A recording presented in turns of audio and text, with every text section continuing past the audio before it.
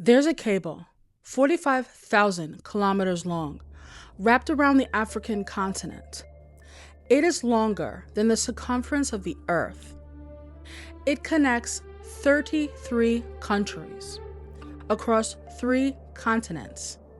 It reaches 3 billion people. When it fully came online, November of 2025, most of the people who depend on it now didn't know it existed. It's called IXAfrica, and it's one of the largest single pieces of infrastructure ever laid on the ocean floor. This episode is about the cables under the ocean that quietly determine whether an African economy is modern or isn't. It's about who owns them, and it's about the operators building the alternative quietly, deliberately, and finally, at scale.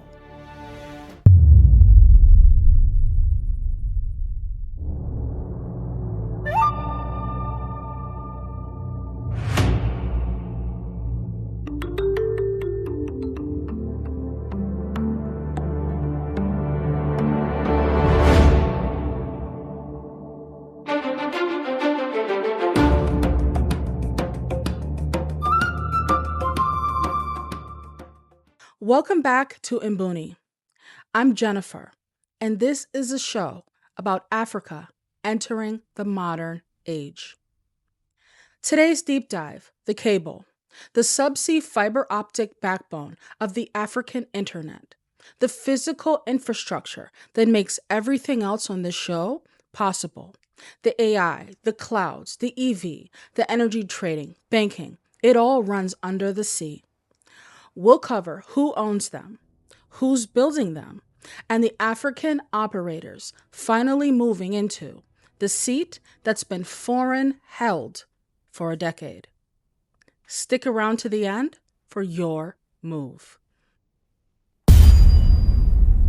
The signal. 3 stories from the week. 1. Africa data centers. The Cassava Technologies subsidiary, owned by Zimbabwean industrialist Strive Masiiwa, is now expanding into more than 10 African countries. With backing from the U.S. Development Finance Corporation, Cassava, which we covered in episode 2 for the AI factory deal with NVIDIA, is now the largest African-owned data center operator on the continent. The African-owned data center footprint is scaling faster than most of the global press has caught up to. 2. WIOCC quietly closed another financing round with the International Finance Corporation, Proparco, and the Emerging African Infrastructure Fund. A package that includes $50 million equity investment and a sustainability-linked loan for its subsidiary open access data centers. WIOCC is the only Pan-African digital infrastructure operator integrating subsea capacity, metro fiber, and data centers across South Africa, Nigeria, and DRC. And it's majority owned by a coalition of 10 African telecom operators, an African Capital Alliance, a Nigerian private equity fund.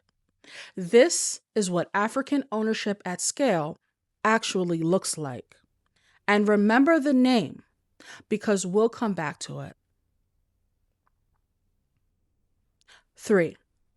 Meta announced the completion of the core 2 Africa subsea cable system in November. 45,000 kilometers. 33 countries, reaching 3 billion people, or more than 30% of the global population.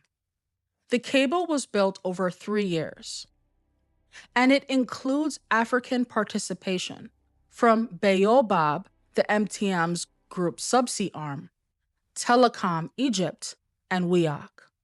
But the lead owner is Meta. This is the largest single piece of digital infrastructure ever to land on the continent. 3 stories, same direction. The continent's digital infrastructure is being built. The question is, who's holding the pipes? And increasingly, the answer is African. If you want all 3 stories in your inbox by tomorrow morning with sources and company links, sign up for the Mbuni signal at mbuni.space. Links in the show notes. The deep dive. The cable. What a cable actually is.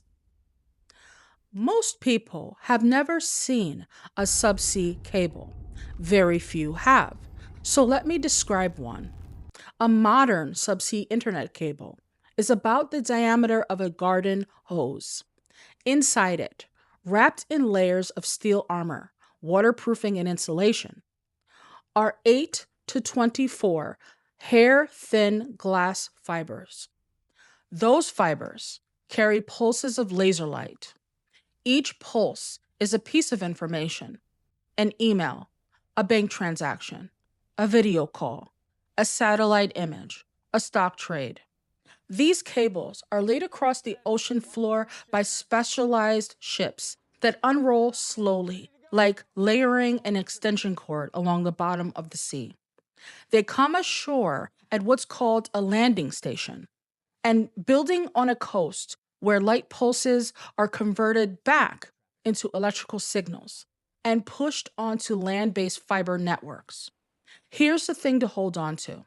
More than 99% of all international internet traffic runs on these cables. Satellites carry less than 1%. When you send an email from Lagos to New York, or open a website hosted in Frankfurt from your phone in Nairobi, that data travels through a physical cable at the bottom of the ocean. There's nothing wireless about the global internet at scale, and Africa's connection to the global internet is entirely dependent on how these cables reach African shores, who runs them, and where they land. For most of the internet age, the answer was not enough cables, owned by foreign consortiums, landing at places convenient for foreign operators. In March of 2024, 4 subsea cables were cut simultaneously off the coast of West Africa. The result was an internet outage across 13 countries. Businesses stopped. Banks stopped. Government services stopped. Some countries were partially offline for weeks. That single event is the reason why this episode matters.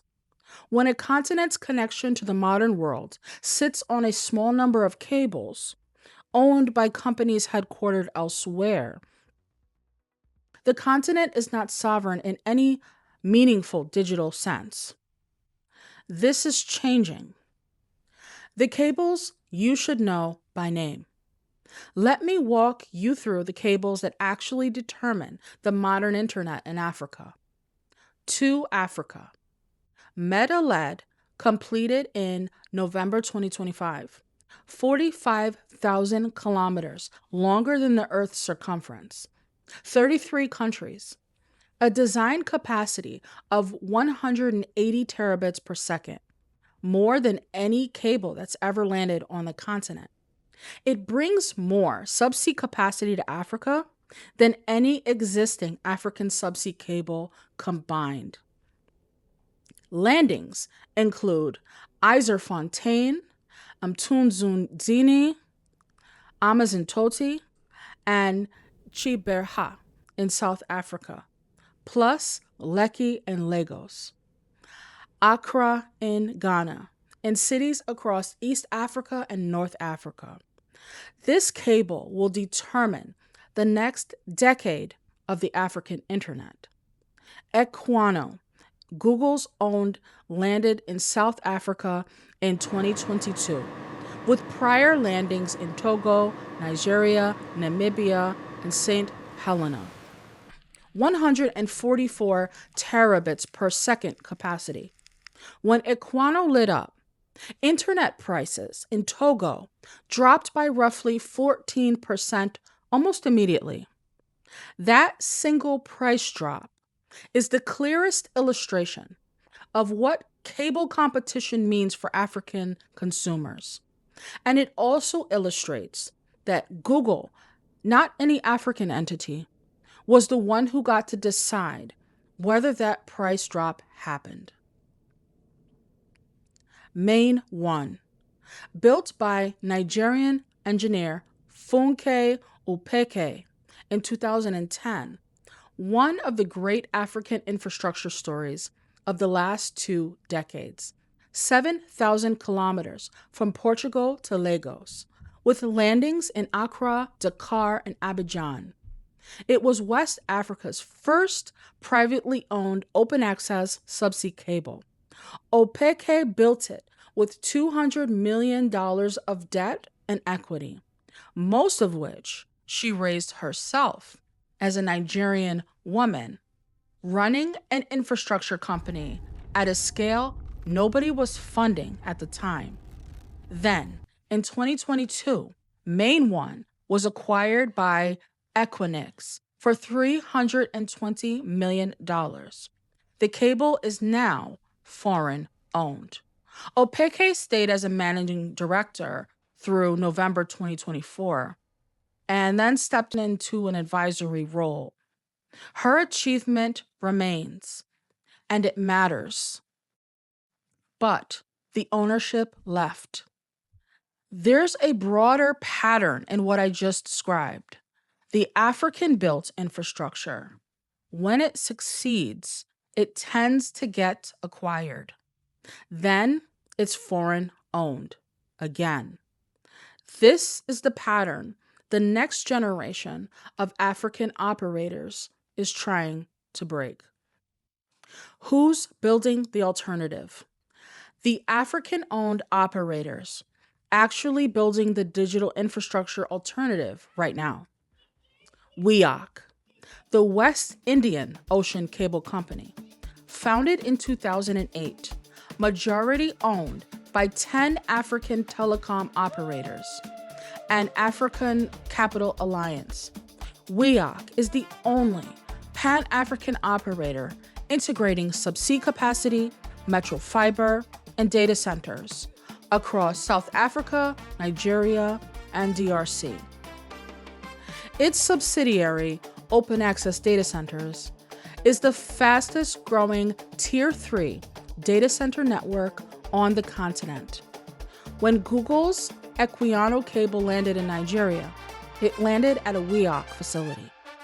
When Meta's 2Africa landed in Durban, it landed at WIOCC. The African operator is the physical host of the Western infrastructure. That inversion is quietly one of the most important shifts on the continent. African data centers, the Cassava Technologies subsidiary. This is Strive Masiiwa's operation, which we covered in episode 2 for its NVIDIA AI factory deal, is the continent's largest interconnected carrier-neutral data center network, presence in South Africa, Kenya, Nigeria, Ghana, and expanding to more than 10 countries. Cassava also owns Liquid Intelligent Technologies, which operates the largest private terrestrial fiber network on the continent. More than 110,000 kilometers of cable running under African soil, connecting cities to each other. This matters because most of African internet traffic history had to run through Europe just to get from one African city to another. Liquid is one of the reasons that is no longer true.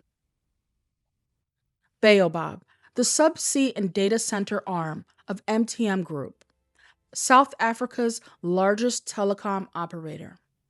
Bayobab is full participant in 2Africa Consortium, and it's building out its own Africa cable network in parallel, connecting East and West Africa terrestrially, so African data doesn't have to travel through Europe. N+ONE in Morocco, the leading carrier-neutral data center operating in North Africa with a Tier 3 facility in Casablanca, fully Moroccan-owned. And For Africa Nairobi, which is building East Africa's largest hyperscale data center campus. The honest reading is this: the continent's biggest cables are foreign-owned. The largest data centers currently belong to Equinix, NTT, and Digital Realty. Meta and Google decide when new capacity comes online and what it costs. That is the reality. But underneath, African-owned operators, WIOCC, Cassava, MTN's Bayobab, Liquid, N+ONE, For Africa, they're all building a parallel infrastructure that is African-owned, African-operated, and African-controlled. They are hosting the foreign cables at their landing stations. They are running the metro fiber that the foreign cables plug into. They are building the data centers the foreign clouds land in. They are quietly becoming the physical layer that the entire African digital economy runs on top of. Ownership at the pipes level is still foreign dominated. Ownership at the infrastructure that surrounds the pipe is shifting African. The 2Africa cable did not close the chapter on African digital infrastructure. It opened it. Here is what is currently being built. WIOCC, announced May 2026 at the Africa Forward Summit in Nairobi, a 20,000-kilometer Atlantic corridor connecting the United Kingdom, France and Portugal to the Canary Islands, Mauritania, Senegal, Guinea, Côte d'Ivoire and Nigeria, led by Orange, but structured as a consortium designed to attract African operator co-investment, not a hyperscaler-owned system. Estimated 3 to 4 year build. 2Africa Pearls. The extension goes live in 2026, adds landings across the Arabian Peninsula and into Pakistan and India. Meta expands its African cable footprint into the Gulf and South Asia. AE2. Asia-Africa Europe 2. Consortium signed June 2025. PCCW Global, Sparkle, Telecom Egypt, and Zain Omantel International. A new Asia-Africa Europe backbone anchored in Egypt. Egypt already handles 17% of global internet traffic. Telecom Egypt now operates or holds stakes in more than 13 subsea cable systems. In July 2025, Egypt completed dual landings of the WIOCC cable on both coasts. In August, the Coral Bridge Express to Jordan came online, Italy to Algeria. Sparkle and Algeria Telecom signed a memorandum of understanding in July 2025 for a new Mediterranean cable. Mauritania's second cable, 46% complete, targeting early 2027 launch, 12 terabits of design capacity. Medusa Africa, Mediterranean corridor connecting North Africa to Southern Europe, phased landings in progress. Nigeria, DVI, not subsea, terrestrial. Nigeria's national fiber build-out. 90,000 kilometers of new terrestrial fiber. Backbone expansion from 30,000 kilometers to 120,000. All 774 local government districts connected. The pipes that land on the coast now reach inland at continental scale. Rumored, unconfirmed, Meta's Project Waterworks, the WS private subsea investment. Cassava Technologies, subsea entry beyond Liquid's terrestrial network. Reliance Geo India to East Africa route. Global subsea cable investment is projected to exceed $13 billion between 2025 and 2027, double the previous 3 years. A significant share is landing on African coasts. Between now and 2028, more subsea and terrestrial digital infrastructure will be built across Africa than in any prior 5-year period in the continent's history. The 2Africa headline said 45,000 kilometers. What this still doesn't fix. The hard truths, honestly. 1. The biggest cables are still Meta's and Google's. Any African country dependent on IXAfrica or IXANO is dependent on the infrastructure decisions made in Menlo Park or Mountain View. If Meta decides to raise pricing or deprioritize certain landings or shift capacity to other markets, African countries have almost no leverage. Sovereignty at the physical layer of the internet is still not African. 2. Data localization is still incomplete.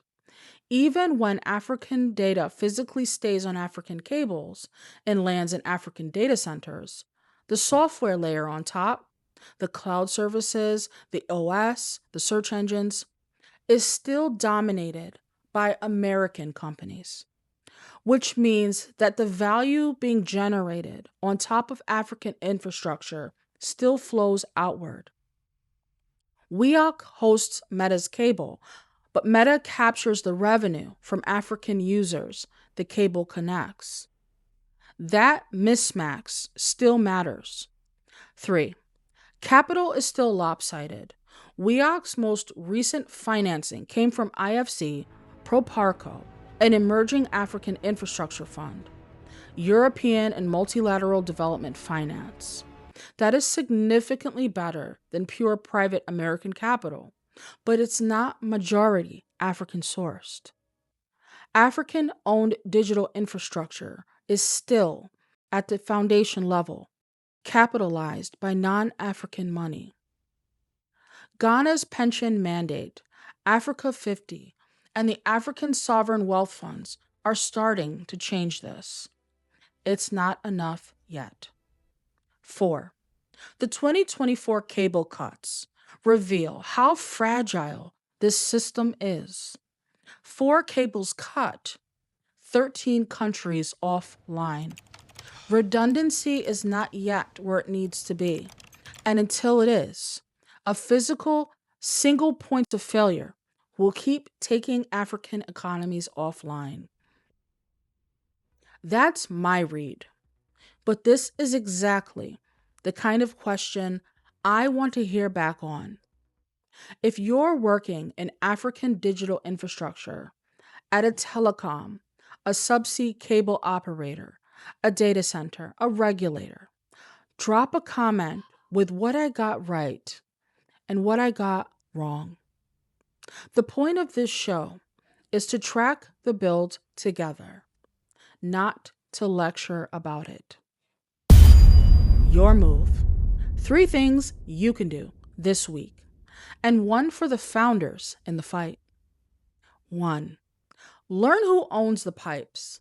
Next time you use WhatsApp on your phone in Lagos or open Gmail in Nairobi, you're touching Meta's cable and Google's cable. That's neutral information. I'm not asking you to stop using them. But knowing whose infrastructure you're depending on is the first step to caring about who owns it. Read the WIOCC website. Read Cassava's press releases. The people building the alternative deserve your attention. 2. Watch the digital infrastructure operators on public markets. Quick note before I give you the specifics. This show is not financial advice. I'm telling you what's being built and where. What you do with your money is your decision. MTM Groups trades on the Johannesburg Stock Exchange. That gives you exposure to Bayobab. Cassava Technologies is expected to pursue a public listing in the next few years. Worth tracking. And African sovereign infrastructure funds, including some accessible via private wealth structures, are starting to include digital infrastructure as a category. This is a real asset class now. 3. If you build for a living, network engineers, data center operations, fiber optic technicians, cloud architects, cybersecurity, The Pan-African digital infrastructure operators are hiring aggressively. WIOCC has open roles across South Africa, Nigeria, and DRC. Africa Data Centers is staffing across 10 countries. For Africa is scaling in Nairobi. This is the physical build layer, the modern African internet. Someone has to run it. That someone can be you. And one more for the underdogs. If you're an African-founded digital infrastructure company, small data center operator, regional ISP, edge compute startup, subsea cable stakeholder, the picture is changing faster in your category than any other. Development-financed institutions are actively looking for African-owned infrastructure to fund. Africa 50 is deploying. The AFDB has digital infrastructure mandates. Ghana's pension mandate is opening a new pool. African VCs are beginning to write infrastructure scale checks. The money you couldn't access is starting to come home. Keep building. The physical layer of Africa's modern internet has your name on it, if you're bold enough to claim it. Stay tuned to Mbuni.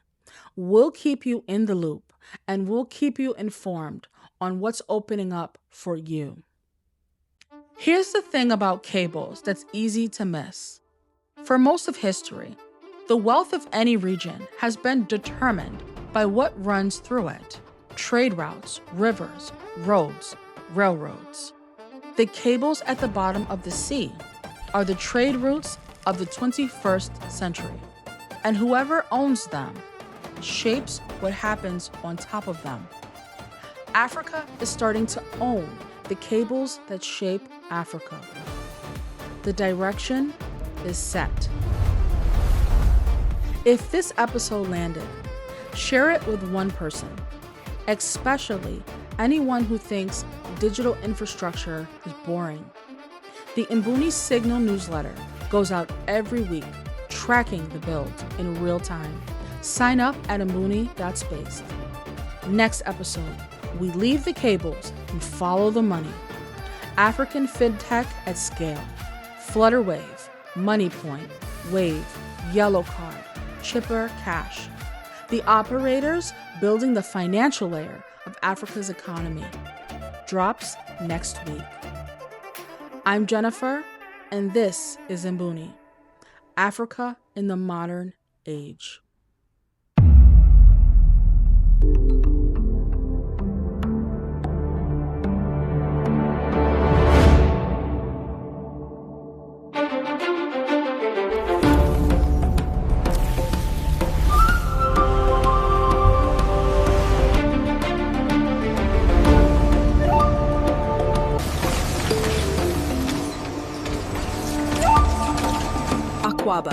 Welcome to the Central Nexus. The train arriving is bound for the Northern Spire. Please stand clear of the doors.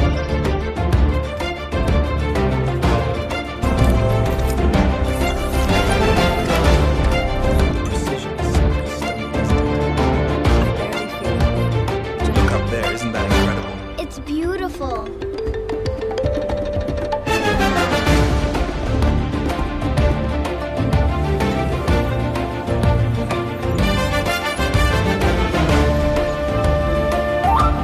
Satellite trajectory holding steady over the Zambezi tracking station. Confirmed. Atmospheric distortion minimum. Now, zoom in on the cellular structure of the heart.